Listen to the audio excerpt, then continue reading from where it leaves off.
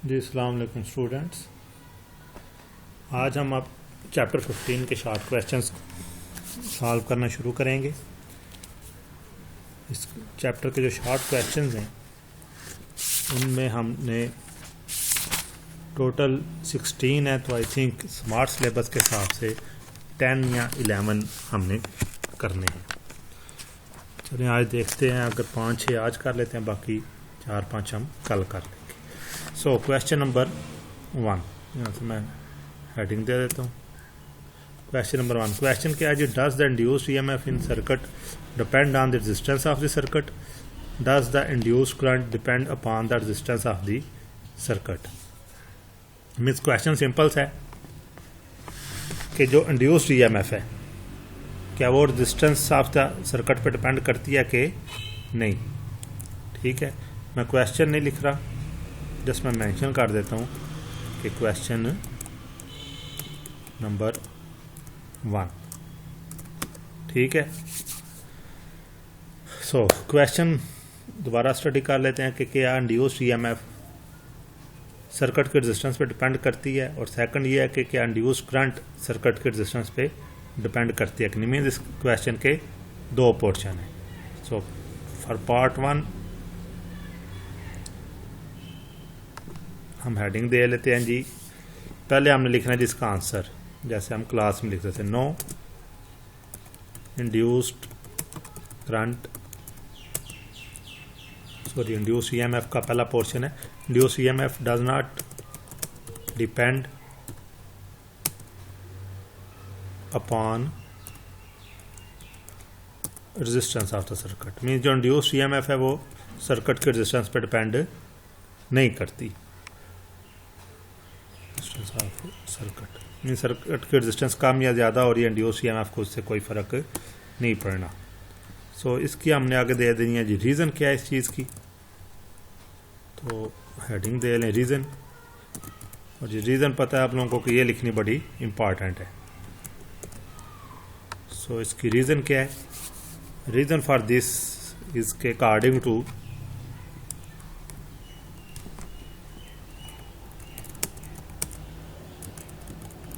Faraday's law, Faraday के law के मुताबिक क्या है जी? Induce EMF is equal to minus n delta phi over delta t, equal to minus n delta phi over delta t. So delta का symbol यहाँ से हम देख लेते हैं, ये रह गया minus delta phi. So where is the delta?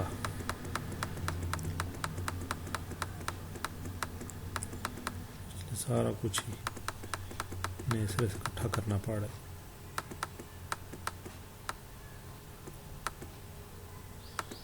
Delta ये this one, delta phi over delta T, ये हमारे पास इस चीज़ का, sorry according to Faraday law, ये है हमारे पास इंड्यूस्ड ईएमएफ का फार्मूला। सो दिस रिलेशन, ये रिलेशन हमें क्या बताता है? ये रिलेशन हमें क्या शो करता है कि this relation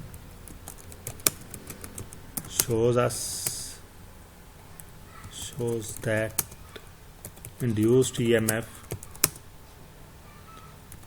depends upon rate of change of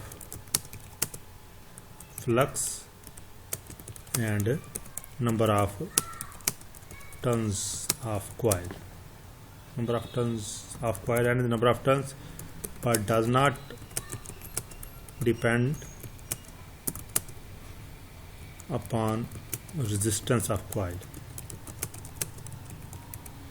means ये है जो इंड्यूस ईएमएफ, ये नंबर ऑफ टर्न्स पर डिपेंड करता है, और delta phi over delta T means change in the flux पे डिपेंड करता है। इसका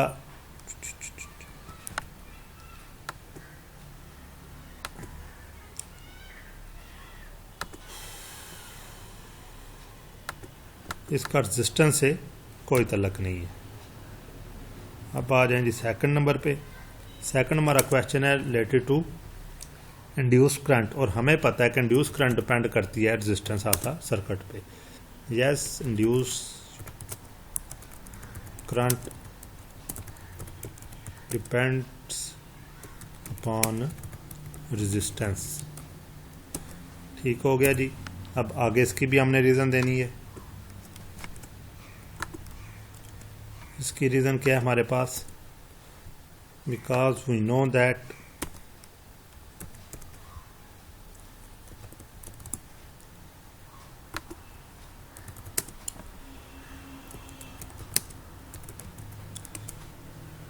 हमने जब वो इंड्यूस करंट वाला फार्मूला पढ़ा था उसमें हमने क्या पढ़ा था कि ये I is equal to induced EMF over R।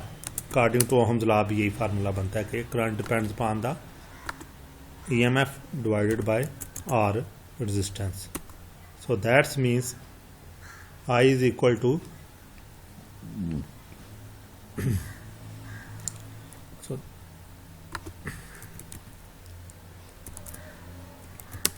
this relation shows that value of current varies inversely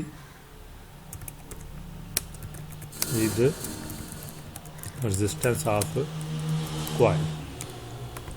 means ये कॉइल के रेजिस्टेंस के साथ साथ आपकी वैल्यू भी चेंज होगी इसकी करंट की। EMF इंड्यूस्ड EMF जो है उसकी वैल्यू चेंज नहीं होगी, लेकिन इंड्यूस्ड करंट की जो वैल्यू है वो रेजिस्टेंस के ऊपर डिपेंड करती है, और अगर रेजिस्टेंस की वैल्यू चेंज होगी तो आपकी इंड्यूस्ड EMF की वैल्यू भी, इंड्यूस्ड करंट की वैल्यू भी चेंज होगी। यहाँ तक तो है आपका क्वेश्चन नंबर 1। ठीक है जी। इसको भी थोड़ा सा हाईलाइट कर देते हैं ताकि आप लोगों को पता चलता रहे क्वेश्चन स्टार्ट कहाँ से हो रहा है।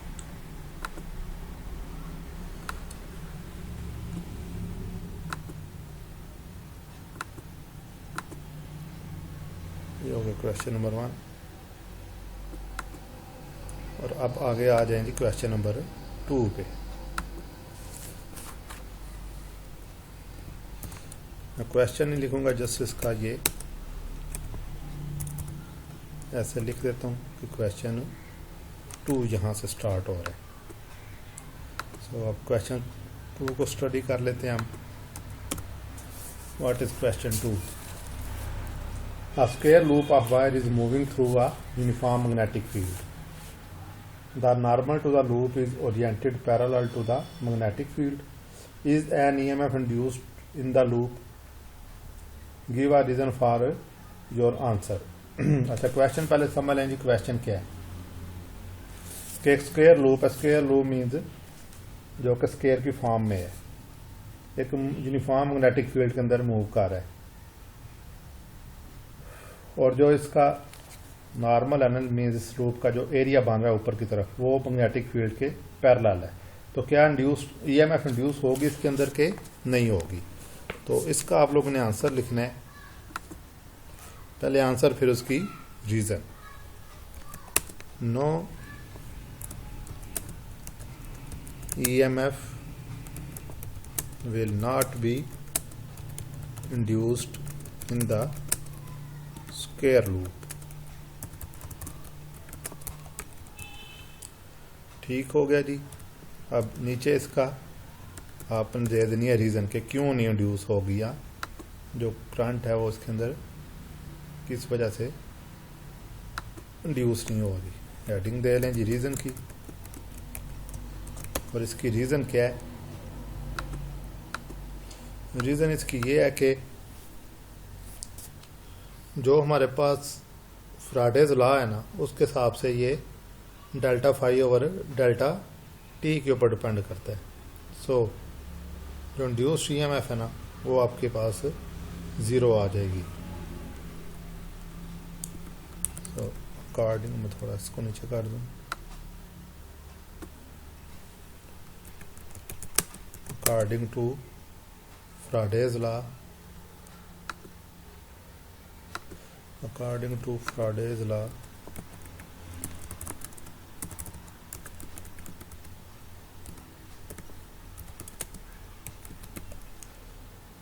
अब आप इसका इस सेंटर में ले आए तो ये बनेगा आपके पास फ्राडे का जो हमारे पास रूल है is equal to -n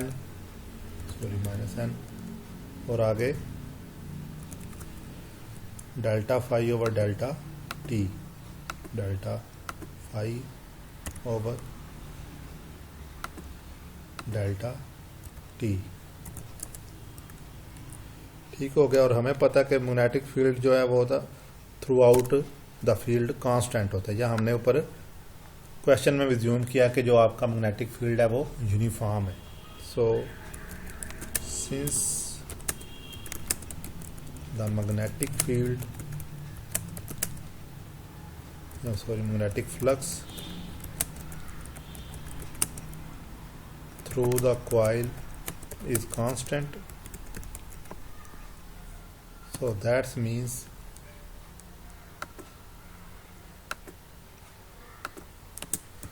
phi is equal to constant, means जो आपके पास फ्लक्स है वो हो गया कांस्टेंट। अगर फ्लक्स कांस्टेंट है तो दैट्स मीन्स डेल्टा फाई भी आपके पास 0 है, क्योंकि डेल्टा मीन्स क्या होता है कि change in the flux. So flux is equal to constant, that's mean delta phi is equal to 0 and this shows के आपके पास जो इंड्यूस्ड ईएमएफ होना है ना वो आपके पास इज इक्वल टू 0 हो जाएगा। सो नीचे आपने जस्ट रिजल्ट लिख देना, ये इतना ही शॉर्ट क्वेश्चन है। Hence induced EMF is 0। Question ये था क्या EMF इंड्यूस होगी, तो उसका आंसर किया कि नहीं जी EMF इंड्यूस नहीं होनी। रीज़न उसकी क्या है, क्योंकि जो EMF और delta phi over delta T के ऊपर डिपेंड करता है। ठीक है, और हमारे पास मैग्नेटिक फील्ड यूनिफॉर्म है, और अगर मैग्नेटिक फील्ड यूनिफॉर्म है तो that's mean magnetic flux constant है, और फ्लक्स कांस्टेंट है तो चेंज इन द फ्लक्स 0 है, क्योंकि जब फ्लक्स ही कांस्टेंट चल रहा है आपका तो चेंज ऑटोमेटिकली आपके पास 0 हो जाएगी। और अगर चेंज 0 है, delta phi is equal to 0, that's mean induced EMF is equal to 0। अब आगे आ जाए जी क्वेश्चन नंबर 3। ये छोटे छोटे से क्वेश्चन हैं, तो इतनी लॉन्ग एक्सप्लेनेशन या लॉन्ग थ्योरी नहीं है। क्वेश्चन 3, अब क्वेश्चन 3 को स्टडी कर लेते हैं। क्वेश्चन 3 क्या है जी, a light metallic ring is release from above into vertical bar magnet. साथ इसकी तस्वीर भी बनी हुई है बुक पे, वो भी देख लीजिएगा। Viewed from above does the current flow clockwise और एंटी क्लॉकवाइज। मीन्स एक रिंग है, वो ऊपर से हमने ना ऐसे वर्टिकल मैग्नेट बार के ऊपर छोड़ दी है। लाइक आप ऐसे समझ लें कि जिस तरह वो आप किसी स्टिक के अंदर रिंग को फेंकें और रिंग उस स्टिक के अंदर जा रहा हो, तो हमने बताना कि ऊपर से अगर हम देखें फ्रॉम व्यूड फ्रॉम अबव, इसका मतलब है कि हमने ऊपर से देखना, साइड से नहीं। तो ये क्या क्लॉकवाइज चलेगा या एंटी क्लॉकवाइज चलेगा, जो हमारे पास करंट की डायरेक्शन है। सो इसका आंसर आप लोगों ने लिखना है, the induced current flows clockwise, the induced current flows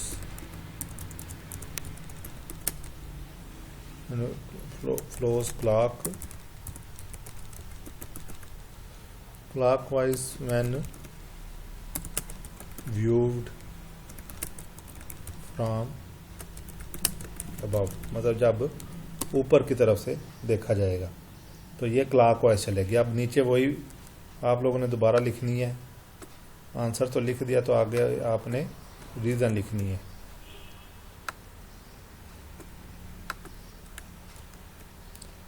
अच्छा, अब इसकी रीज़न क्या है जी, रीज़न में लिख लें कि when ring is released above the north pole. ये आपने तस्वीर बुक में साथ बनी हुई है, वो आप लोगों ने साथ इसके मतलब क्वेश्चन में आया तो उसमें ड्रा की होगी उन्होंने पहले। तो तस्वीर में आप देख सकते हैं कि इसका नॉर्थ पोल ऊपर की तरफ है। Pole of bar magnet due to motion of ring the flux through ring will be changed and thus an EMF is induced in the ring। ठीक हो गया जी। मतलब जैसे जैसे ये उसके अंदर मूव करेगी वैसे वैसे आपका मैग्नेटिक फ्लक्स चेंज होगा, और जैसे जैसे मैग्नेटिक फ्लक्स चेंज होगा दैट्स मीन्स आपका जो इंड्यूस्ड EMF है रिंग के अंदर वो भी या उसकी वैल्यू भी चेंज होगी। सो अब अकॉर्डिंग टू लेंस लॉ हमने इसकी डायरेक्शन फाइंड कर लेनी है।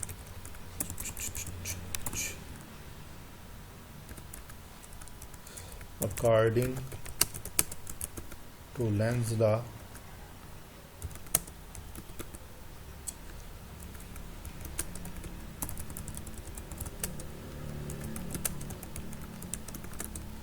this induced EMF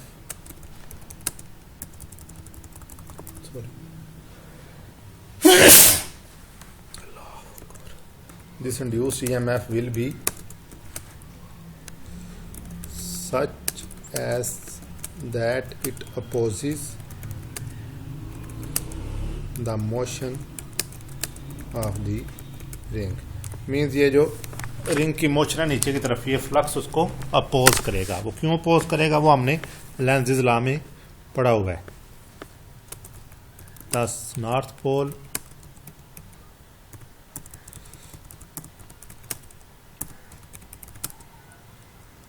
must be set up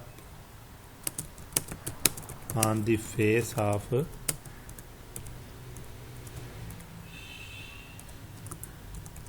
N pole of bar magnet to oppose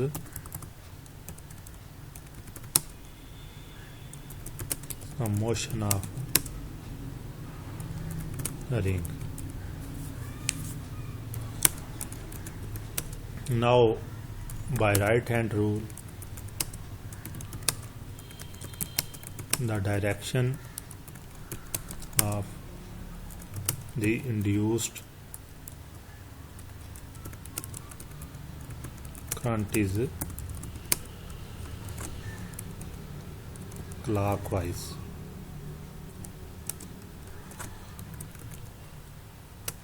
when viewed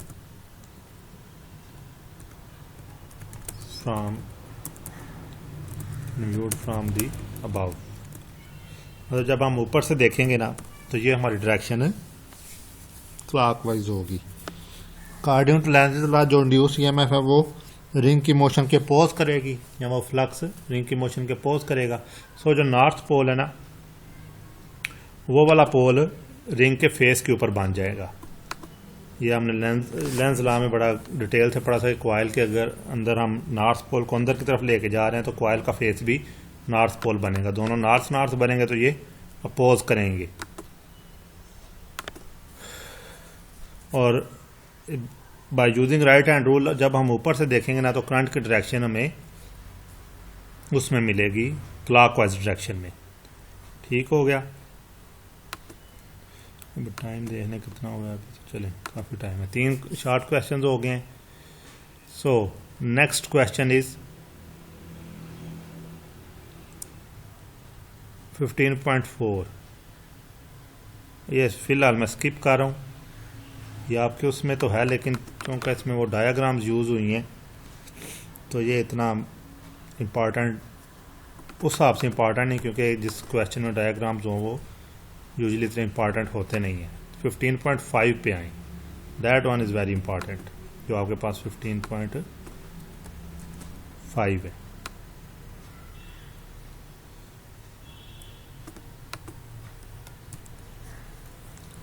question 4 और आगे क्वेश्चन 5। अच्छा जी, क्वेश्चन 5 क्या है?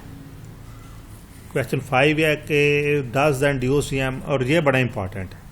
वो पहले वाला बड़ा इंपॉर्टेंट था क्वेश्चन 1, और वो तो हाईली इंपॉर्टेंट था, और ये भी उतना ही इंपॉर्टेंट है। Does induced EMF always act to decrease the magnetic flux through a circuit.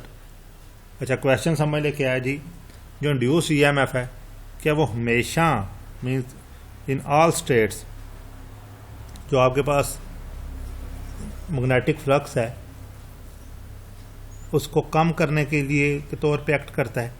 ये हमें पता ना, इंड्यूस ईएमएफ को हम बैक ईएमएफ भी कहते हैं, लेकिन हमने वो लेंज लॉ के आखिर पे पढ़ा था कि जब किसी सर्किट में वो कम हो रहे हो ईएमएफ, तो जो ये जो बैक ईएमएफ होते हैं ना, इंड्यूस ईएमएफ, ये उसको कवर अप करने में भी हमारी हेल्प करते हैं। मीन्स थोड़े बहुत ये वोल्टेज ड्रॉप को रेगुलेट भी करते हैं या उसको कवर करने की भी कोशिश करते हैं। अच्छा जी, क्वेश्चन 5 क्या है जी? चलें, जिसका आंसर क्या है जी? सॉरी,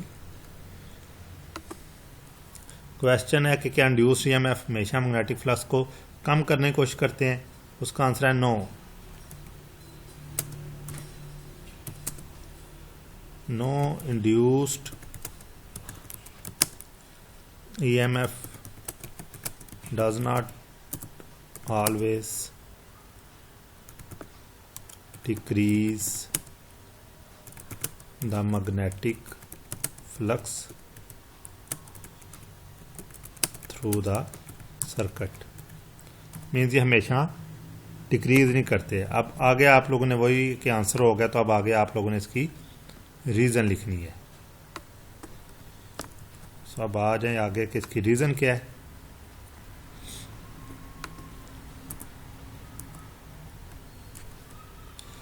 सो इसकी रीज़न ये है कि according to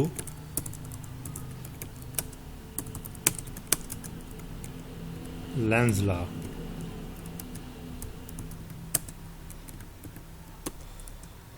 according to Lenz law क्या है जी?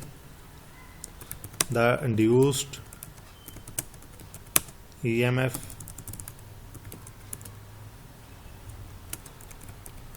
tries to cause any change in flux। Means ये किसी भी जो हमारे पास इंड्यूस EMF है वो किसी भी सर्किट में जो EMF है ना उसको पोज करने की कोशिश करती है। सो thus if flux is increasing then the induced EMF will act to decrease it, and if magnetic flux is decreasing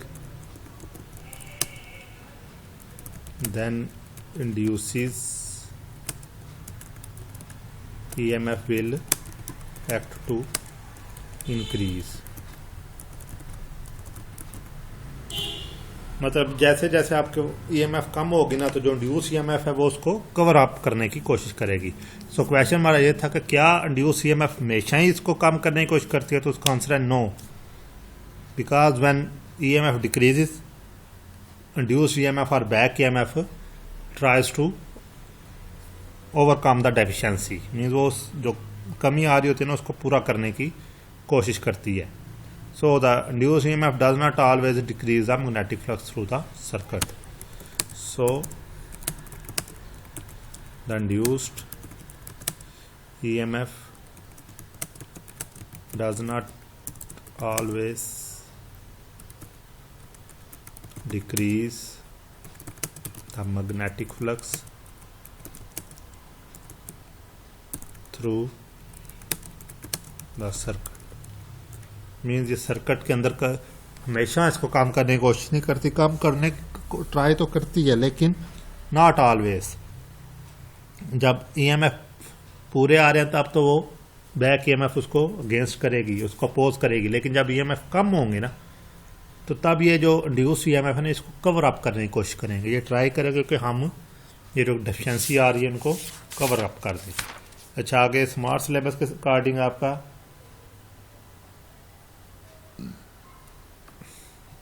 जो 15.6 और 15.7 ये दोनों स्मार्ट सिलेबस में नहीं है। अब आ जाए आगे, जो नेक्स्ट है ना वो है 15.8। 6-7 नहीं है आप लोगों के कोर्स में स्मार्ट सिलेबस के अकॉर्डिंग, तो आगे आप लोगों ने करना 15.8 विच इज़ क्वेश्चन 5 जगह कर देते हैं हम 8 15.8। अच्छा, 15.8 क्वेश्चन क्या है जी? अच्छा, ये जो बीच में स्किप हो रहे हैं ना, लाइक 6-7 नहीं है, तो बाकी जितने में ये सारे बड़े इंपॉर्टेंट हो जाते हैं। स्टिल कुछ इनमें ज़्यादा इंपॉर्टेंट है, लेकिन ये बाकी सारे बड़े इंपॉर्टेंट है, तो इनमें नहीं फिर किसी की किस्म की चॉइस की उम्मीद रखनी। अच्छा जी, 15.8 क्या है? How would you position a flat loop of wire in a changing magnetic field so that there is no EMF induce in the loop. Question ये है कि आप किस तरह एक मैग्नेटिक फील्ड जो कि चेंज हो रहा है उसके अंदर एक loop, flat loop like plate जिस तरह होती है हमारे पास, उसको आप किस तरह रखें कि उसके अंदर ईएमएफ इंड्यूस ना हो उस लूप के अंदर। तो ये हमने पढ़ा हुआ है कि जब हम किसी भी चीज़ को पैरेलल रखें इसमें मैग्नेटिक फील्ड के अंदर, तो उसमें ईएमएफ इंड्यूस नहीं होता। So if the flat loop of wire is placed parallel to the changing magnetic field, there will be no induce EMF induce in the loop. इसका आंसर है if the flat loop of wire is placed parallel to the changing magnetic field, इसको ना थोड़ा सा change करना, इसको ऐसे कर magnetic field, there will be no EMF induced in the loop। ठीक हो गया जी। अब आगे आप लोगों ने दे देनी है इसकी रीज़न, और रीज़न आप लोगों को पता ही है कि जब वो चेंज इन द फ्लक्स ही नहीं होगा, बेशक वैसे मैग्नेटिक फील्ड चेंज हो रहा है, लेकिन जब फ्लैट लूप को आप पैरेलल रख देना तो फिर उसके अंदर वो चेंज नहीं होता मैग्नेटिक फील्ड, तो आपका पास इंड्यूस ईएमएफ 0 हो जाएंगी। Since loop of wire is placed parallel to field lines, में जब हम इसको पैरेलल रख देंगे तो जो आपके पास वो है ना फ्लक्स, वो आपके लोगों के पास हो जाएगा 0। So that's means flux is equal to phi is equal to 0।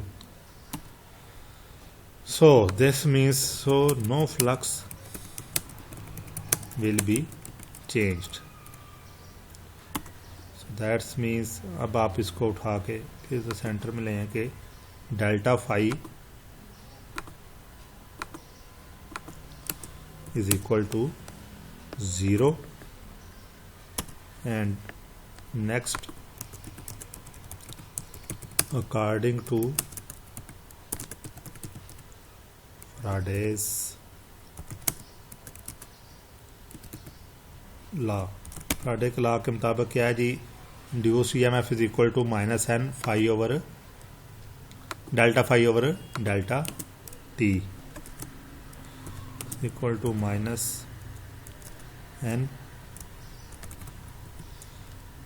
आगे delta phi over delta t. So that's means delta phi जब 0 है तो आपके पास जो इंड्यूस्ड ईएमएफ है वो भी आप लोगों के पास 0 हो जाएंगे।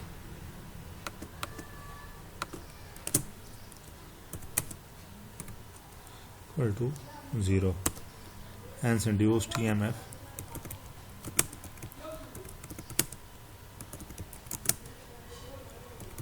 ज़ीरो या no induce EMF is produced.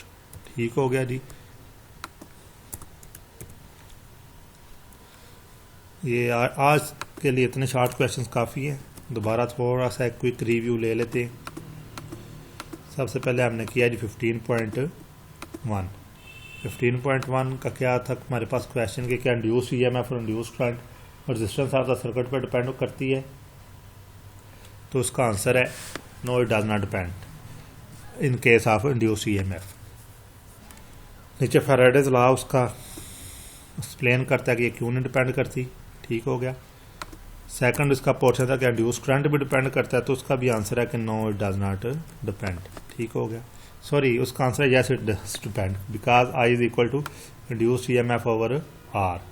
So question 2 था हमारे पास क्या कि अगर हम एक स्क्वायर लूप को एक यूनिफॉर्म मैग्नेटिक फील्ड में रख दें तो क्या उसके अंदर EMF इंड्यूस होगा, तो उसका आंसर था नहीं, नो, बिकॉज EMF को इंड्यूस होने के लिए ज़रूरी है कि फ्लक्स उसके अंदर चेंज हो, और जब फ्लक्स ही चेंज नहीं हो रहा so that's mean EMF induce EMF is equal to 0।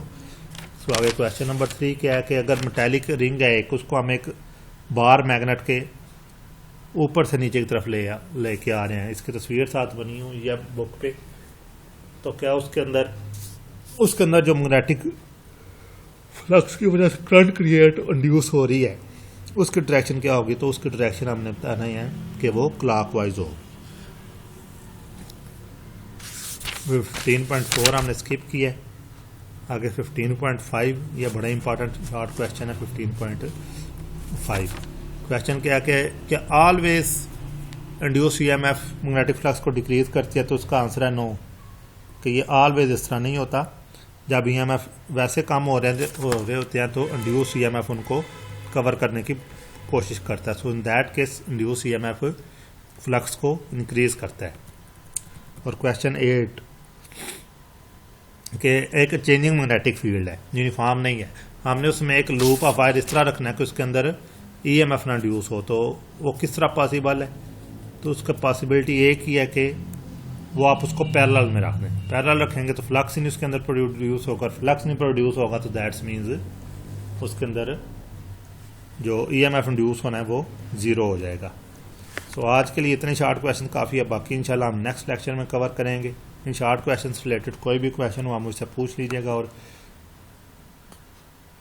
इनको एक दफ़ा खुद लिख के सॉल्व करने की कोशिश ज़रूर कीजिएगा। सिंपल से है, ऑलरेडी स्मार्ट सिलेबस के तहत चल रहे हैं तो इनमें फिर आप चॉइस की उम्मीद नहीं रख सकती हैं, चॉइस के लिए किसी क्वेश्चन को नहीं छोड़ सकते, ये सारे बड़े इंपॉर्टेंट हैं।